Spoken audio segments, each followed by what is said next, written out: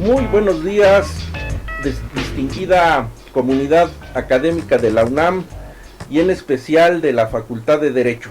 Es un gusto para su amigo el doctor José Luis López Chavarría, director del Seminario de Derecho Electoral, estar en un programa más de elecciones, movimientos y partidos, un breve recorrido por la historia de la democracia en México.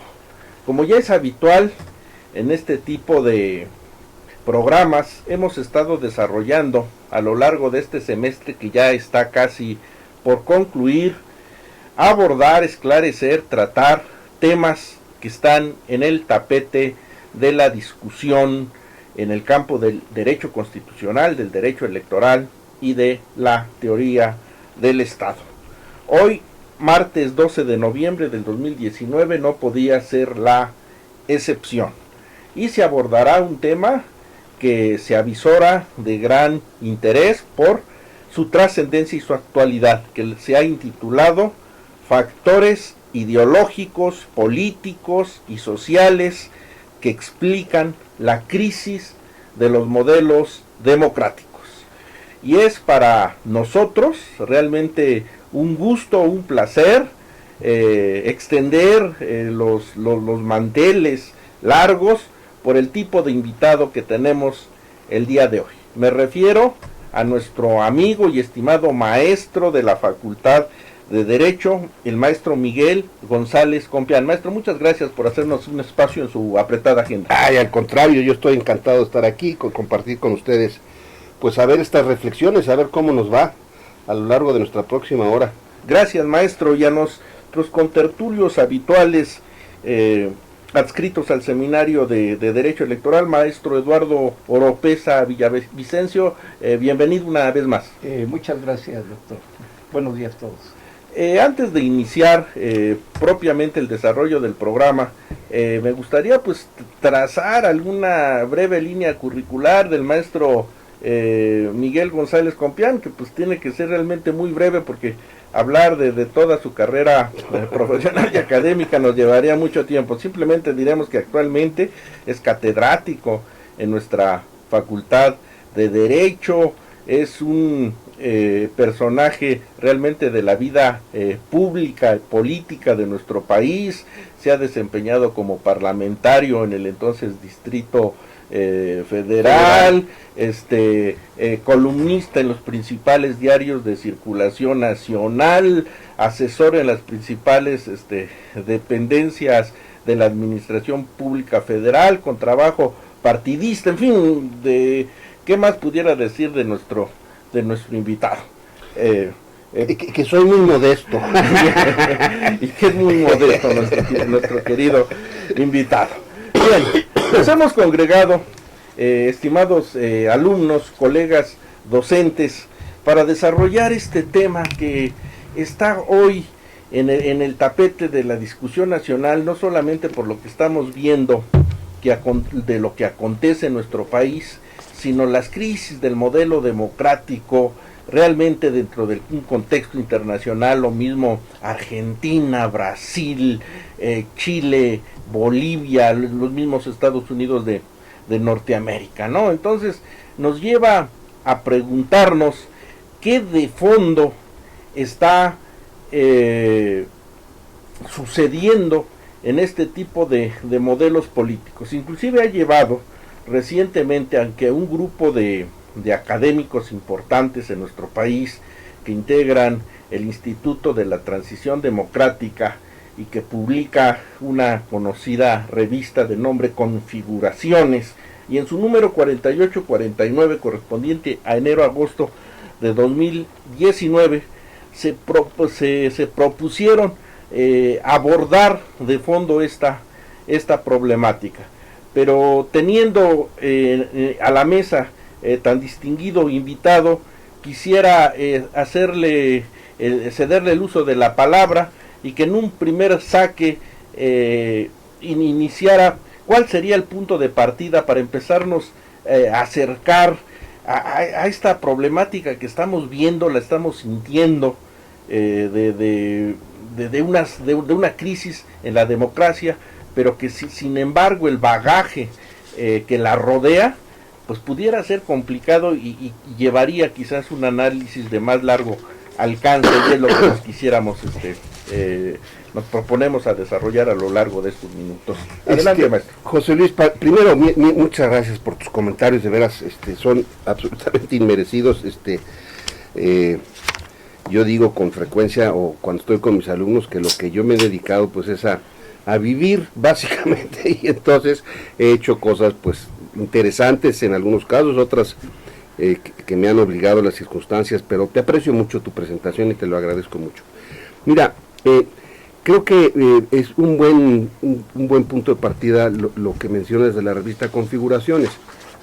La revista no atiende a los cauces propiamente de lo que o en sus artículos, sobre todo el de la italiana Urbinati, no explica por qué es que hemos llegado aquí, pero sí cuenta las consecuencias de dónde estamos, es decir, cuenta la razón, o más bien los gobiernos que, a propósito de una serie de fenómenos que se han sucedido en los últimos 10 o 15, pues en los últimos 20 años, vamos a decir así, han generado el surgimiento de una serie de populismos, tanto de derecha como de izquierda.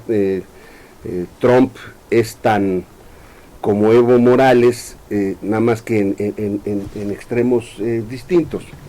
Ahora, dicho eso, porque eso es lo que vamos a hablar en el resto, yo te diría que hay 2 o 3 causas de por qué hemos llegado aquí, o por lo menos es la idea que yo tengo. Sí, claro.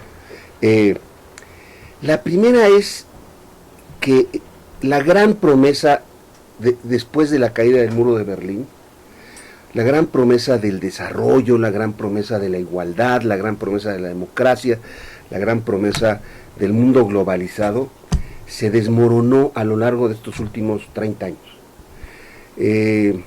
Cayó el muro de Berlín, en efecto fue un cataclismo enorme, porque además como consecuencia implícita, sin que se dijera así, claro. Digo, tú sabes que había libros que decían el fin de la historia y cosas por el estilo, ¿no? Pero en realidad lo que implicó es que de repente el capitalismo se convirtió como en la única verdadera alternativa. Si durante el siglo XX vivimos esta cosa en la que había atajos al desarrollo en el nazismo, en el fascismo, en el comunismo. Distintas narrativas que iban hacia un cierto lugar, al bienestar, digamos, ¿no? Todos estaban buscando lo mismo. Pero después de la caída del muro de Berlín, nos volvimos monotemáticos. O sea, lo único que había era la democracia liberal y el capitalismo globalizado. Ese se convirtió en la religión del final del siglo XX. Claro. Y en ese contexto empezó a crecer una desigualdad brutal. No porque las clases medias hubieran desaparecido o porque no hubiera crecimiento en los países, sino porque la concentración de la riqueza se volvió absurda, insostenible. O sea, creo que nuestro público y tú lo entenderán. Tengo un cuñado que hace una feria que se llama la Feria Internacional del Reloj en México. Se venden relojes de 100,000, 200,000, 300, 400,000 dólares, José Luis. O sea, tú y yo no los hemos visto juntos nunca, y si me pusiera un reloj de esos, creo que el brazo lo traería yo colgando. Bueno, sí. Se atasca, o sea, se llena. Y yo le digo, bueno, oye, ¿y cómo es posible que tengas tanta gente y venden todo, José Luis? Me dijo, es que el mercado de lujo en el mundo es muy importante. Es tal vez el mercado que ha crecido más en los últimos 30 años. ¿Qué quiere decir eso, José Luis? Que hay un grupo muy pequeño de las sociedades, pero de las sociedades en todo el mundo, que ha concentrado una cantidad de ingreso brutal, y el resto de la sociedad se ha quedado, vamos a decir, igual. O sea, no ha mejorado ni prosperado todo lo que aquella religión después de la caída del muro de Berlín prometió. Entonces, en mi opinión, la primera razón por la cual, digamos, se dan estas cosas ¿Por qué los populismos de derecha o de izquierda han surgido? Es porque la gente siente que ha perdido algo. O sea, que toda aquella cosa que le prometieron cuando cayó el muro de Berlín no se ha cumplido. Entonces, ese es, diría yo, el primer factor. Y el segundo, que a mí me parece que está sobre la mesa. O sea, es un factor de tipo, llamémosle, económico, en donde en este y modelo de percepción social, y de sí. percepción social del modelo neoliberal ha provocado finalmente que solo una élite, unos grupos de esa sociedad, al paso de estas décadas, finalmente han resultado los beneficiados. Fíjate, no, yo no lo diría así, José Luis, lo diría, me parece más grave, porque implica otras cosas. Sí. Este no es un problema entre pobres y ricos, este es un problema entre clases medias y ricos, digamos. O sea, gente que tiene lo necesario para vivir, va a la escuela, se educa, sí, sí. tiene, pero tiene que hacer un esfuerzo muy grande para mantener su estado de vida, o su nivel de vida. Y en cambio hay otros que andan en yates, comprando relojes de los que te acabo de decir. Sí, sí, sí. Entonces, no es un problema entre pobres y ricos, es un problema entre aspiraciones cumplidas o expectativas no cumplidas y un cierto grado de desarrollo. Es más grave, te diría yo, porque la disputa entre pobres y ricos es una disputa muy evidente, muy clara, o sea, se sabe dónde está el problema. No, esta es una disputa más compleja porque implica que el neoliberalismo, por cierto, que ahora se ve como el gran culpable de todo, yo eso creo que hay que discutirlo muy a profundidad, pero el liberalismo económico generó, por razones muy diversas, una acumulación en unos pocos y dejó a los otros pues andando a la misma velocidad. Entonces eso sí requiere una explicación más sofisticada, claro. Más que no es una, no podemos simplificarla a decir esto es un problema, el neoliberalismo fracasó porque hay unos ricos y otros pobres. No, de hecho, si uno nada más colocar en las antípodas de esos grupos, el problema está más complicado, porque de hecho te voy a decir algo, la población mundial en los últimos 30 años ha crecido más o menos 1,000 millones de personas. En México, para no ir más lejos, tuvimos que crear desde 1990 a la fecha un estado de Morelos cada año. O sea, imagínate, Cuernavaca, Cuautla, Yautepec, Tepoztlán, o sea, piensa en el estado de Morelos. Bueno, este país tuvo que construir desde 1990 a la fecha un estado de Morelos completo cada año. Entonces, o sea, no fracasó el neoliberalismo, perdónenme todos, porque crecimos. En 1990 éramos 90 millones, 80 y tantos millones de mexicanos. De esa fecha, en los últimos 30 años hemos crecido casi 30 millones de mexicanos más, José Luis. Sí, una barbaridad. ¿Cómo los íbamos a sostener? O sea, ¿quién puede decir que el neoliberalismo fracasó así? O sea, tuvimos que generar para mantenerlos. Tuvimos que generar el sistema de salud, sistema educativo, o sea, perdón, pero el esfuerzo que ha hecho este país en los últimos 30 años es descomunal y negarlo sería un error garrafal. Y ahí viene la segunda cosa que yo te quería decir de por qué veo que esto es el segundo problema que da por resultado los populismos de derecha y de izquierda, que es que la mayoría de las sociedades democráticas liberales no han creado demócratas liberales. Se pone interesante de aquí de la UNAM en general. Estamos aquí platicando con nuestro querido maestro, el maestro Miguel González Compián, acerca de los factores ideológicos, políticos y sociales que explican los crisis de los modelos democráticos actuales. Y ya se había desarrollado el aspecto económico, y empezamos a abordar otro aspecto también interesante en esto. Pues José Luis, déjame insistirte. Yo creo que la democracia generó una serie de virtudes, se diseminó por todo el mundo el ánimo, la visión democrática, pero no creamos demócratas, José Luis. Ya. Creamos, por muchos factores, gente que está dispuesta a escuchar solo lo que quiere escuchar.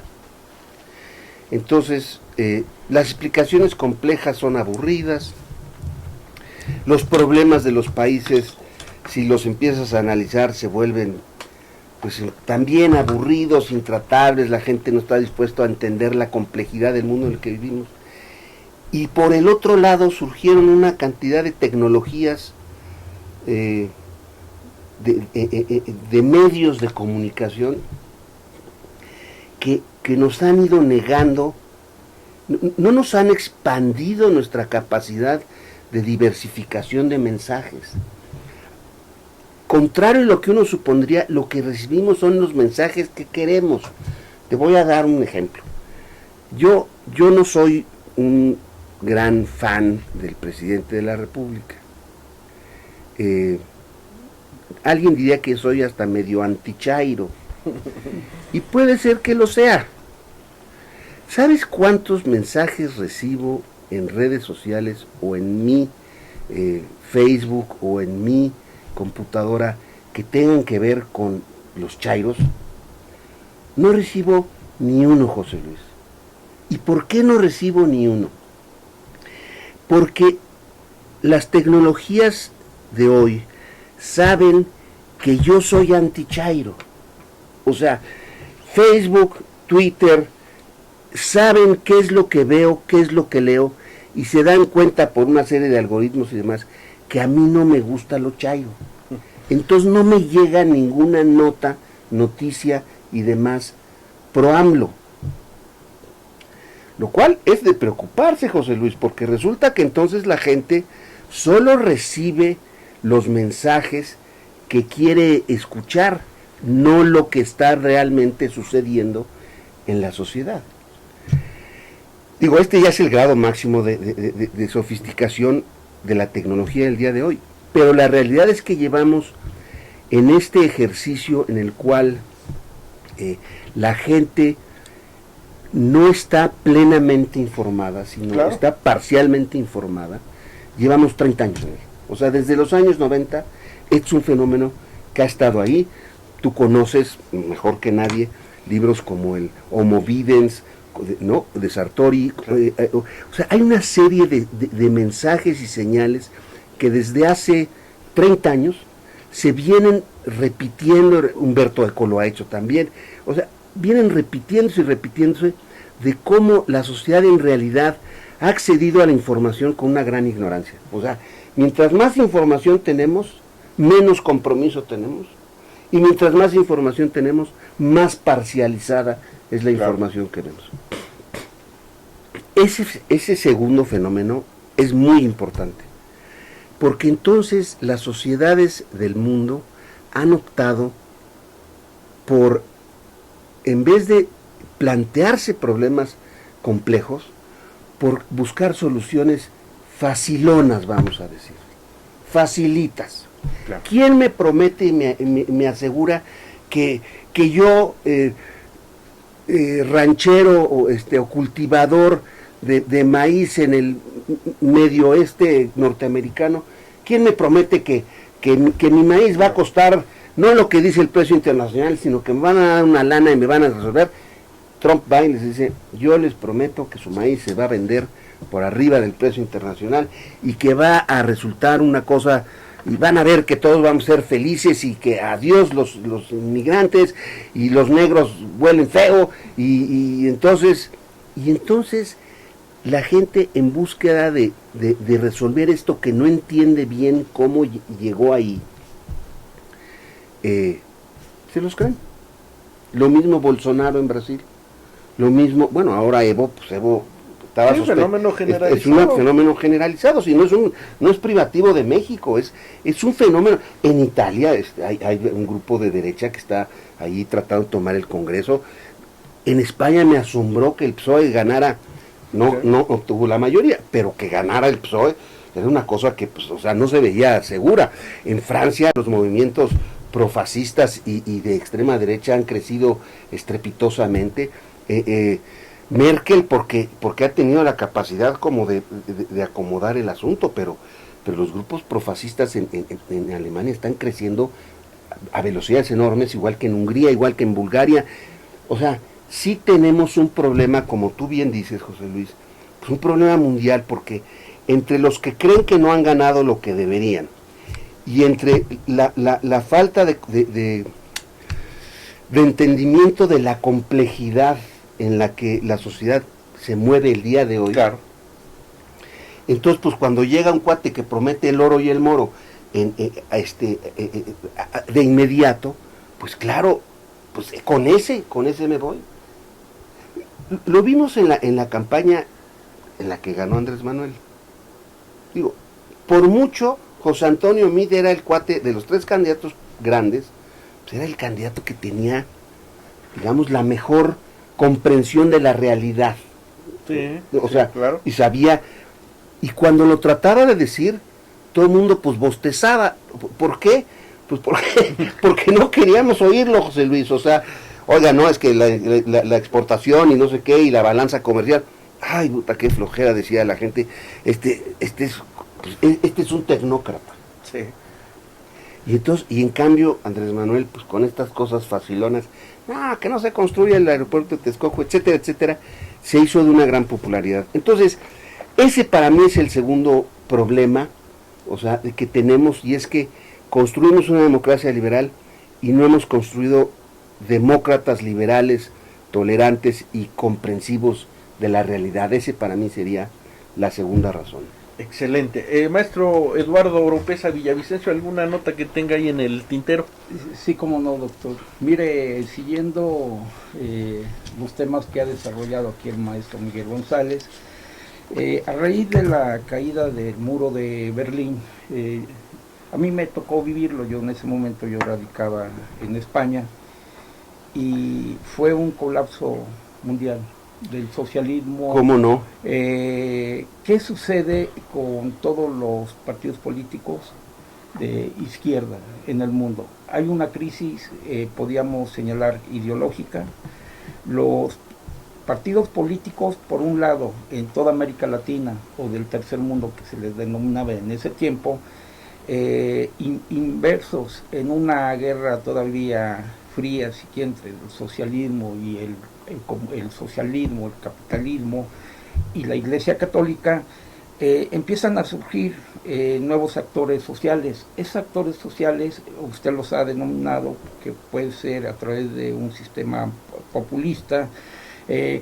Caemos en un caudillismo, en un dictador. A veces los países, como por ejemplo en México, tanto el cacique, el caudillo o el dictador están muy ligados en poder. Claro, claro. Igual los caciques regionales, igual sucede en toda América, digamos, latina y parte del mundo. Pero la pregunta que yo me hago, bueno, aunado a los problemas que, digamos, ideológicos, no se ha sabido resolver el problema económico, como que sus comentarios como que desaparecen en una clase, la clase trabajadora, emerge la clase social media y se polariza entre la clase alta y la clase media, y por un lado la mayor parte de los países son desmantelados con una nueva revolución tecnológica que vino a revolucionar el mundo. Esto ocasiona una serie de conflictos poblacionales que bien los acaba de señalar, y al igual se da una serie de problemas migratorios o desplazamientos poblacionales, o muchas veces también los desplazamientos, las comunidades son expulsados de sus países, de sus pueblos. Pero lo más curioso que emerge, ya no hablamos del proletariado, ahora hablamos de los indígenas.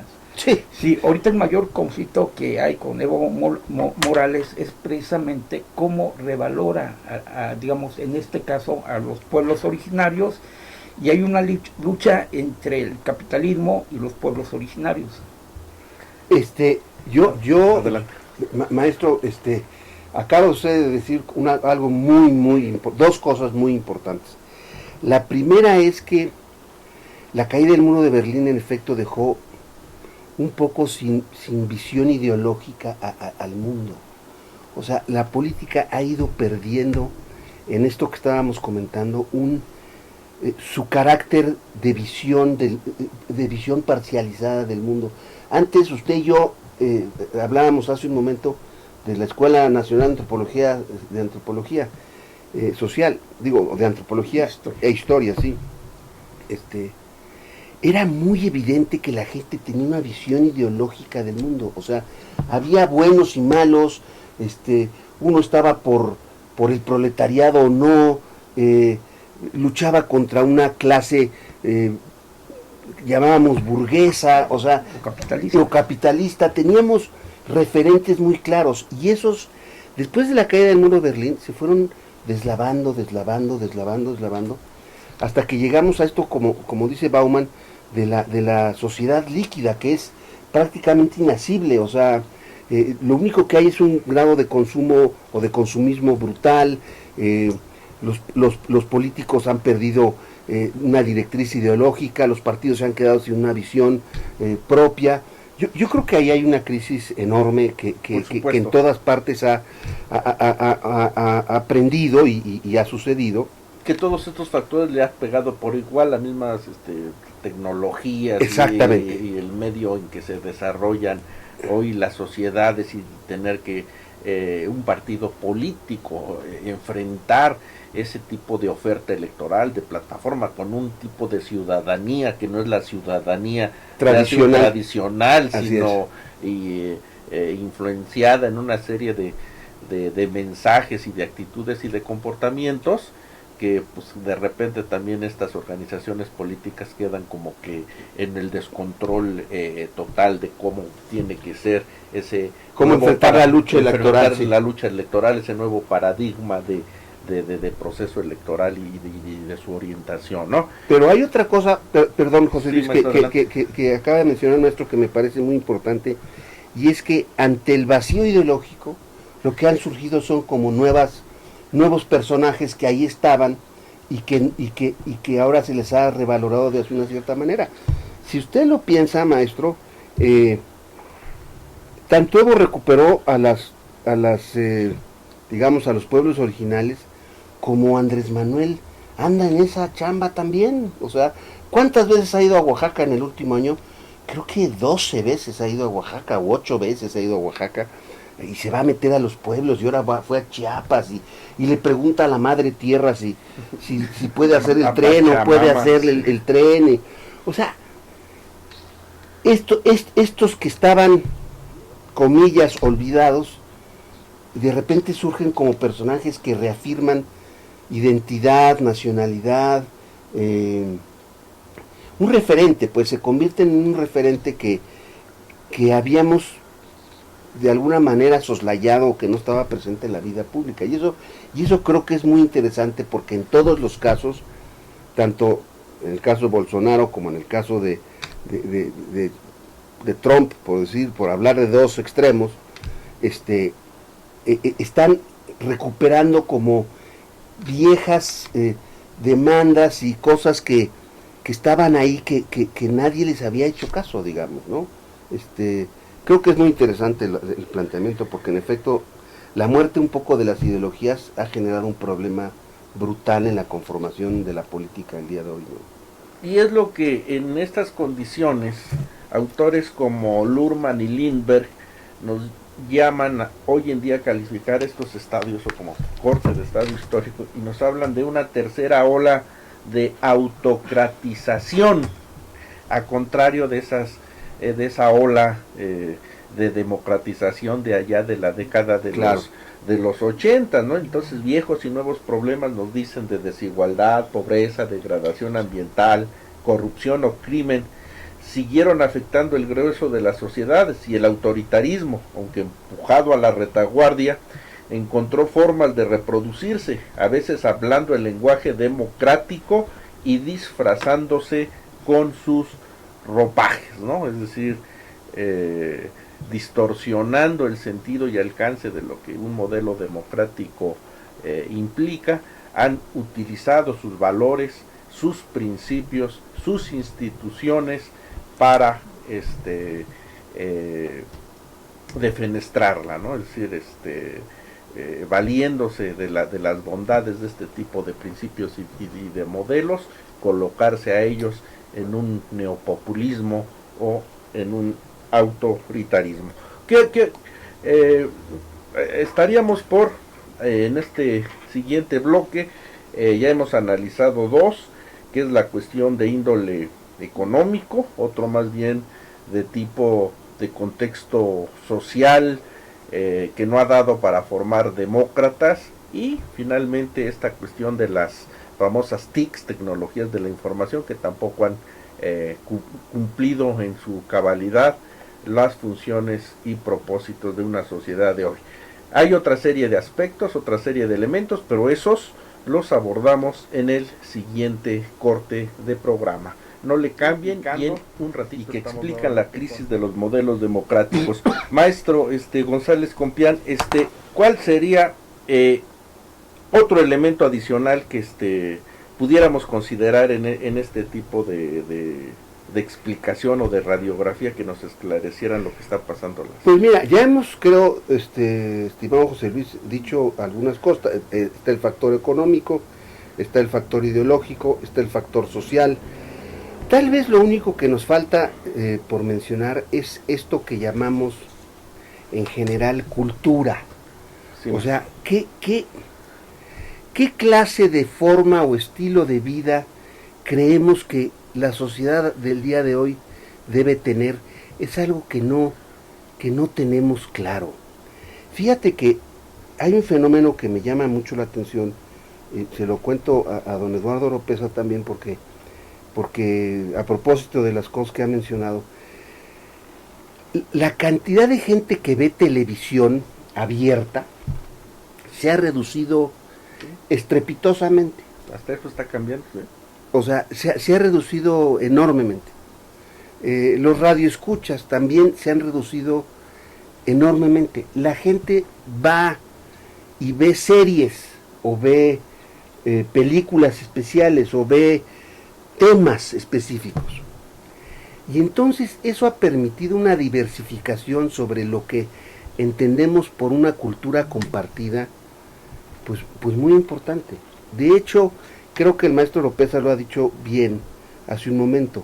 Al recuperar ciertos símbolos, como por ejemplo los pueblos indígenas o los pueblos originarios, lo que la política hace el día de hoy es regresarle a la gente un cierto tipo de identidad, que de otra manera no podemos compartir todos, porque es más, yo si te digo, oye, ya viste tal serie, y vas a decir, no la vi, te la recomiendo, está todo dar, y si no te la recomiendo, no la verías jamás.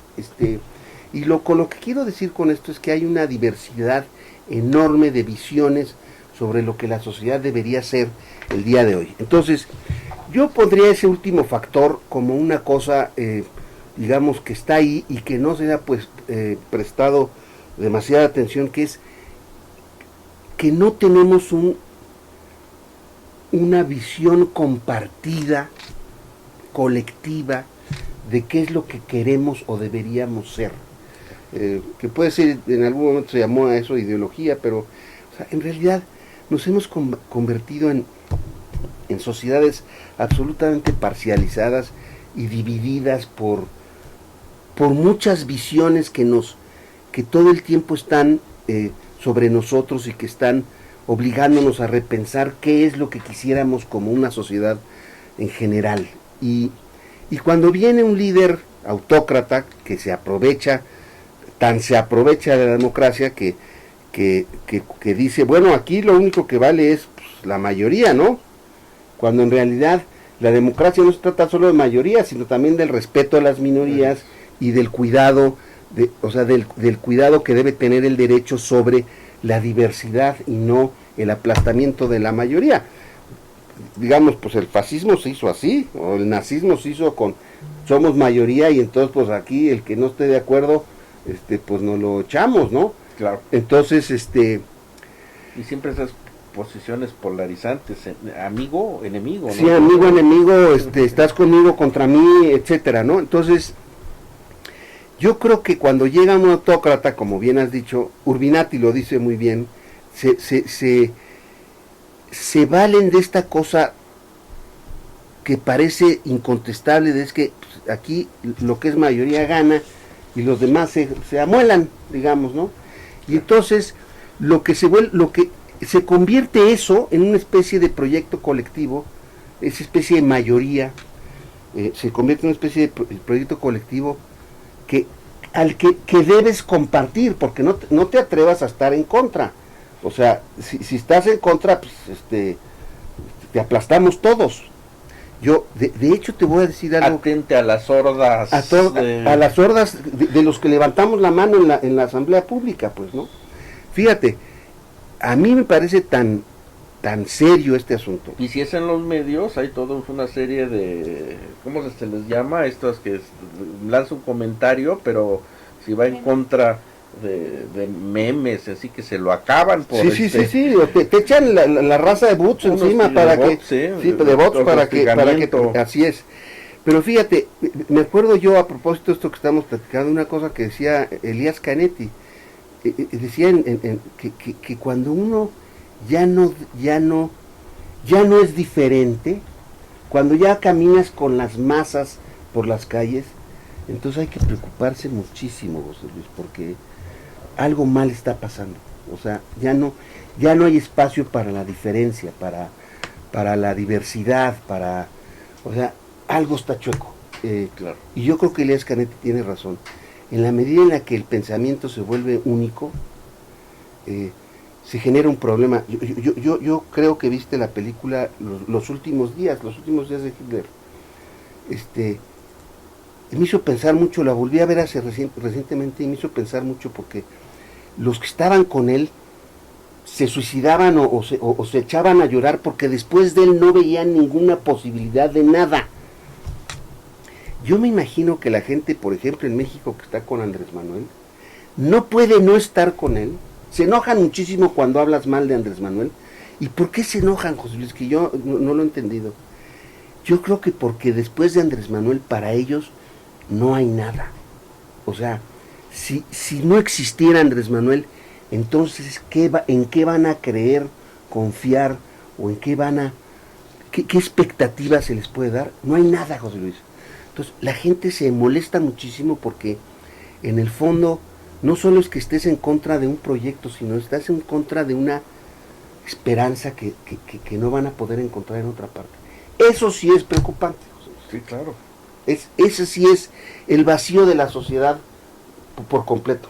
Pero, pues no sé, maestro Oropesa, a ver, sáquenos de aquí. A ver, tira el capote y ya casi como reflexión final muy breve, porque ya los tiempos en la radio vaya que vuelan. Sí, gracias, doctor.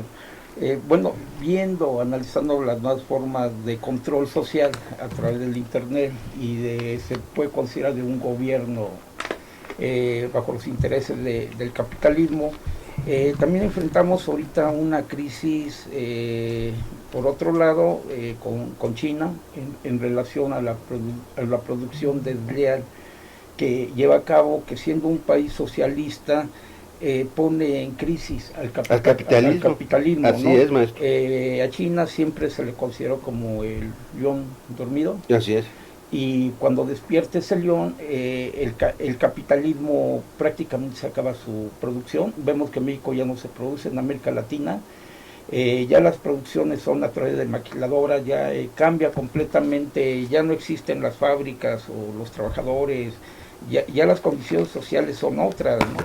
Pero eso en medida se puede considerar de la crisis mundial que existe actualmente de la producción entre China y en los Estados Unidos y no siga de la comunidad europea, ¿no? Maestro González Compián, su reflexión final a manera de conclusión. Mira, yo José Luis, primero, de nuevo, muchas gracias por la invitación. He disfrutado mucho la compañía de don Eduardo Oropesa. Yo creo que hay que repensar repensarnos sobre qué es lo que estamos pretendiendo, hacia dónde queremos llevar la vida política y democrática de México. Me parece cierto y muy lúcido que lo que dice el maestro Oropeza. En efecto, las condiciones económicas del mundo van a cambiar enormemente en los próximos 20 años. El hecho de que China esté armando un banco asiático con un capital infinitamente mayor que el del Banco Mundial, que haya una crisis de los roles y la división del trabajo mundial que existe entre los países y sus sociedades, eso nos va a llevar a muchos cambios que ahorita no se ven propiamente, pero que van a ser en el transcurso de los próximos 20 años, que a lo mejor ya ni vamos a estar aquí, tú y yo, José Luis, pero que van a cambiar este mundo y la manera en la que se ven ciertas cosas. Yo espero que de toda esta experiencia, pues las sociedades, sobre todo la nuestra, salga fortalecida y que tenga una esperanza de futuro, que es lo que al final de cuentas más deseamos todos, tú, yo, el maestro Oropeza, pues en un país como el nuestro.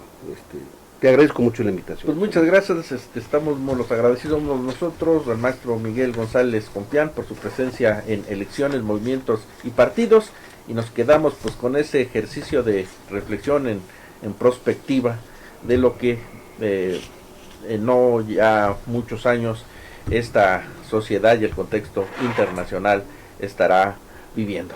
Esto fue un programa más del Seminario de Derecho Electoral. Hasta la próxima.